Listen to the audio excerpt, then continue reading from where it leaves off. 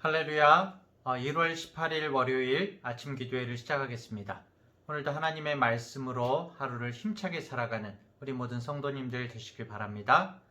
오늘 말씀은 누가복음 6장 39절부터 49절의 말씀입니다. 또 비유로 말씀하시되 맹인이 맹인을 인도할 수 있느냐? 둘이 다 구덩이에 빠지지 아니하겠느냐? 제자가 그 선생보다 높지 못하나 무릇 온전하게 된 자는 그 선생과 같으리라. 어찌하여 형제의 눈 속에 있는 티는 보고 네 눈 속에 있는 들보는 깨닫지 못하느냐? 너는 네 눈 속에 있는 들보를 보지 못하면서 어찌하여 형제에게 말하기를 형제여 나로 네 눈 속에 있는 티를 빼게 하라 할 수 있느냐? 외식하는 자여 먼저 네 눈 속에서 들보를 빼라. 그 후에야 네가 밝히 보고 형제의 눈 속에 있는 티를 빼리라. 못된 열매 맺는 좋은 나무가 없고 또 좋은 열매 맺는 못된 나무가 없느니라. 나무는 각각 그 열매로 아나니 가시나무에서 무화과를 또는 찔레에서 포도를 따지 못하느니라. 선한 사람은 마음에 쌓은 선에서 선을 내고 악한 자는 그 쌓은 악에서 악을 내나니 이는 마음에 가득한 것을 입으로 말함이니라. 너희는 나를 불러 주여 주여 하면서도 어찌하여 내가 말하는 것을 행하지 아니하느냐? 내게 나와 내 말을 듣고 행하는 자마다 누구와 같을 것을 너희에게 보이리라. 집을 짓되 깊이 파고 주추를 반석 위에 놓은 사람과 같으니 큰 물이 나서 탕류가 그 집에 부딪히되 잘 지었기 때문에 능히 요동하지 못하게 하였거니와 듣고 행하지 아니하는 자는 주추 없이 흙 위에 집 지은 사람과 같으니 탕류가 부딪힘에 집이 곧 무너져 파괴됨이 심하니라 하시니라. 아멘. 어제 주일 말씀을 통해서 예수님께서는 대접받고자 하는 대로 다른 사람에게 대접해라. 그렇기 때문에 원수조차도 사랑해야 된다라고 그렇게 말씀하셨죠. 이 말씀이 인생의 황금률이기도 하지만 사실 엄밀하게 말하면은 내가 대접받은 대로 너도 다른 사람에게 대접하라 이렇게 말씀하고 계신 거거든요. 우리가 누구에게 대접받았습니까? 네, 바로 하나님께 대접받았죠. 저런 원수를 어떻게 사랑하라는 거야? 우리가 이렇게 말하지만은 하나님의 원수였던 나를 하나님께서 사랑하시고 품어주신 자녀 삼으신 그 대접받은 대로 주님께서 나를 대접하신 그대로 우리도 대접하라는 그런 말씀이시죠. 자, 오늘 말씀은 어제의 말씀에 계속 이어서 비유로 말씀하고 있습니다. 예수님께서는 특히 이 서기관들과 바리새인들을 주목하면서 이 말씀들을 하셨는데요. 사실은 우리들도 듣고 명심해야 되는 그런 말씀인 거죠. 결국 우리도 오늘 비유 그대로 우리가 맹인일 수도 있고 우리가 눈에 들보가 있는 그런 사람일 수도 있기 때문입니다. 우리가 이럴 때 많죠. 종종 우리가 말씀 들으면서 이거 이 집사님이 들었어야 됐는데 이거 우리 아내가 들었어야 됐는데 남편이 들었어야 됐는데 이렇게 종종 생각할 때가 있습니다. 그렇죠? 내 눈에 있는 들보를 먼저 봐야 되는데 자, 예수님의 말씀은 남의 눈에 티를 빼지 말라는 말씀이 아니죠. 그렇죠? 남의 티를 빼주되 그에 앞서서 자신의 들보를 보고 그 들보부터 빼라는 말씀입니다. 내 자신이야말로 정말 큰 허물을 가진 사람임을 자각하라는 말씀이죠. 하나님의 말씀의 거울 앞에 먼저 내 자신을 비추어 보라는 말씀입니다. 형제의 연약함과 인격적인 결함을 지적만 하는 사람이 아니라 정말로 상대방의 눈에 있는 티가 안타까워서 얼마나 괴로울까, 얼마나 아플까라는 그런 마음으로 티를 빼는 사람이 될 것을 가르치는 그런 말씀이죠. 사실 우리는 다 잘난 맛으로 산다고 하지 않습니까? 내로남불이라는 그런 새로운 사자성어도 있죠, 요즘에. 이런 사람에게 예수님께서 뭐라고 말씀하시겠습니까? 사실은 네가 나의 원수였잖아.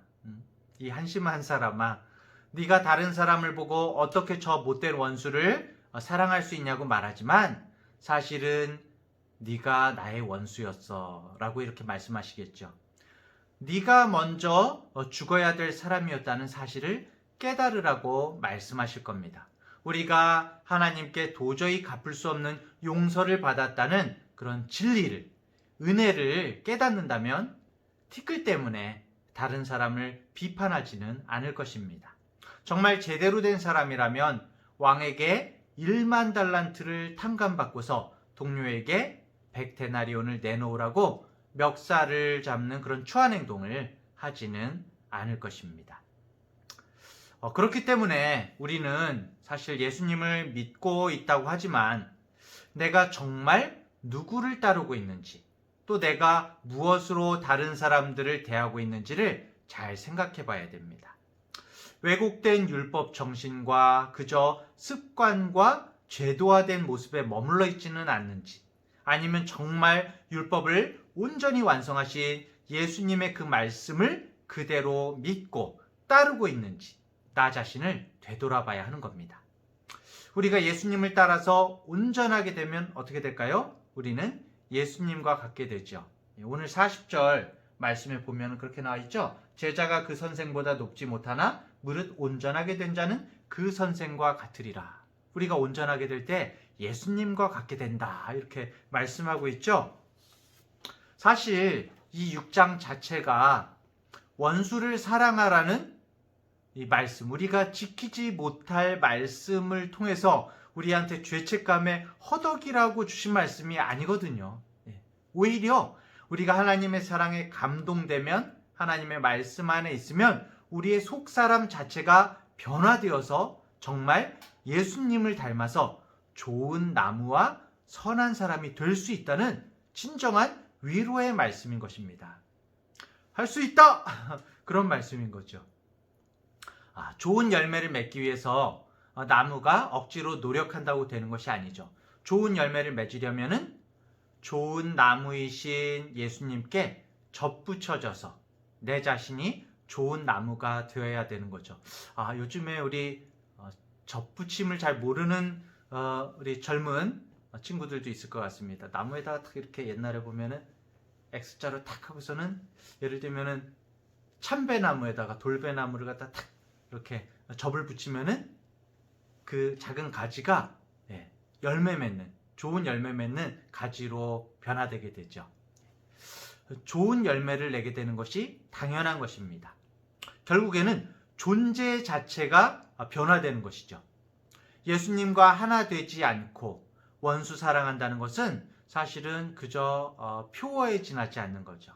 하지만 내가 정말 주님의 원수였다는 사실을 철저히 인식하고 그런 나와 하나 되신 예수님 사랑 안에 지금 바로 실제로 거하면, 예수님과 동행하면 원수를 사랑하는 마음이 우리에게서도 흘러나오게 된다는 것입니다. 예수님은 십자가에서조차 아버지여 저들을 사하여 주옵소서 자기들이 하는 것을 알지 못함이니이다 라고 그렇게 말씀하셨죠. 우리가 정말 주님과 함께 거하고 그 말씀에 반응해서 순종할 때 우리는 존재 자체가 완전히 바뀌어질 수가 있는 것입니다. 46절에 보면은 너희는 나를 불러 주여 주여 하면서도 어찌하여 내가 말하는 것을 행하지 아니하느냐라고 말씀합니다. 요즘 우리 교회 자체 예배뿐만이 아니라 얼마나 좋은 설교가 넘쳐납니까? 그렇죠? 유튜브에서도 온갖 명설교자의 설교를 들을 수가 있죠. 그런데 우리가 왜 좋은 열매를 맺지 못합니까? 주위에 좋은 말씀이 없어서 그런 게 아니죠. 그렇죠? 좋은 말씀이 없는 것이 아니라 좋은 말씀은 있는데 그 좋은 말씀을 마음에 쌓지 않기 때문에 좋은 열매를 맺지 못하는 것입니다. 그런 좋은 말씀을 통해서 선을 그러면 어떻게 마음에 쌓을 수 있을까요? 그것은 말씀의 실천을 통해서 가능한 것입니다. 말씀의 실천이 없이는 좋은 열매를 맺을 수가 없어요.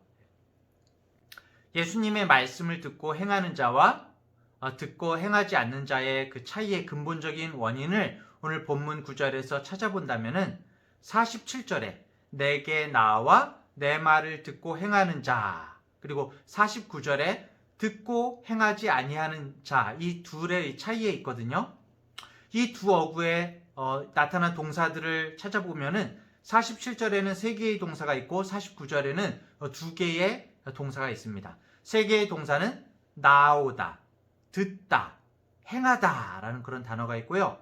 후자에는 나오다라는 단어가 없죠. 나와서 행하지 않는다 이렇게 말씀이 있는데, 결국에 여기서 이제 나오다라는 말이 예수님께 나오지 않는다는 것은 예수님의 실제를 느끼지 못하는 겁니다. 나의 앞에 계신 주님으로 인정하지 못하면서 듣기만 하는 자는 행할 수조차 없다는 것이죠.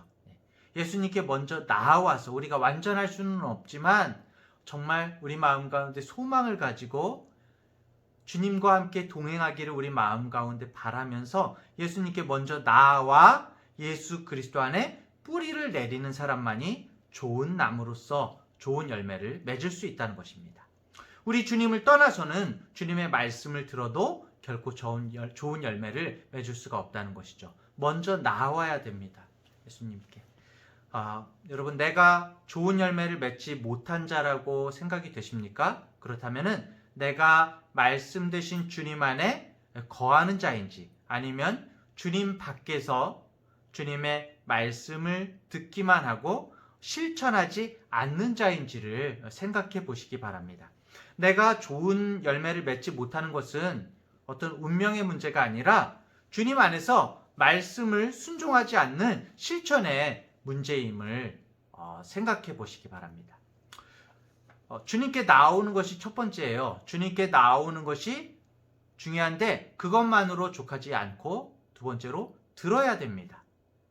주님께 소망함을 가지고 나와서 주님께 들어야 합니다. 그리고 들었으면 행해야 됩니다. 실천해야 됩니다. 이것이 동시다발적으로 일어나야 되는 거죠. 들은 대로 행하지 않고서는 예수님을 주님이라고 부를 수가 없는 것입니다. 그리고 이제 여기에 대해서, 실천의 문제에 대해서 집을 짓는 비유로 말씀을 하세요. 두 집이 있습니다. 겉모양은 똑같습니다. 하지만 한 집은 물난리에도 흔들리지 않는데 한 집은 물난리가 나니까 완전히 파손돼 버렸죠. 깊이 파고 기초를 반석 위에 두는 일은 어려운 일이죠. 남에게도 별로 보여지지 않습니다. 평상시에는. 하지만 깊이 파면 팔수록, 든든한 주춧돌을 두면 둘수록 그 집은 튼튼한 것이죠. 마찬가지로 우리가 말씀을 들으면 행해야 됩니다. 우리가 입을 떼고 몸을 움직일 때에 하나님께서 힘을 주셔서 행할 수 있게 되는 것이죠. 그리고 때때로 찾아오는 우리 인생의 물난리에 우리의 믿음이 얼마나 굳건하게 섰는지를 우리에게 보여주십니다. 아무도 보지 않는 곳에서 말씀의 땅을 파고 실천의 주춧돌을 놓으시기 바랍니다. 주춧돌을 놓을 때, 실천해 나갈 때 하나님께서 다시금 또한 실천할 수 있는, 행할 수 있는 힘을 더하십니다. 그렇게 하나님의 종 되었음과 부활의 증인 되었음을 보이시는 우리 모든 중앙대학교의 성도님들 되시기를, 오늘도 성령님과 동행하는 우리 성도님들 되시기를 간절히 축원합니다. 기도하겠습니다.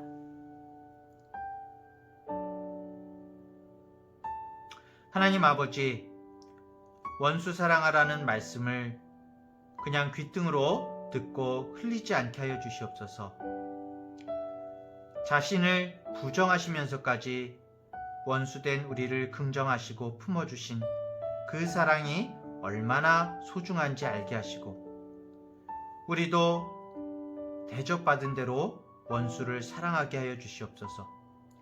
살아계신 지금 이 시간에도 실제하시는, 나와 함께 계시는 예수님께 나와서 듣게 하시고, 말씀을 들었으면 행하게 하여 주시옵소서. 예수님께 접붙임되어서 정말 선한 나무가 되고 우리의 마음에 선을 쌓아서 우리의 마음에 가득한 선을 내게 하여 주시옵소서. 주님께서 원수인 우리를 위해 죽으셨으니 우리도 기꺼이 원수를 위하여 죽게 하옵소서. 아버지처럼 자비하고 인자하게 살 수 있도록 힘주시고 능력 더하여 주시옵소서. 우리로서는 할 수 없으나 주님께 나아가 정말 주님의 말씀을 듣고 주님의 말씀을 실천할 때 아버지께서 함께 하시고 우리의 존재를 완전히 변화시키실 것을 믿습니다. 오늘도 주님만을 바라봅니다. 예수님의 이름으로 기도합니다. 아멘.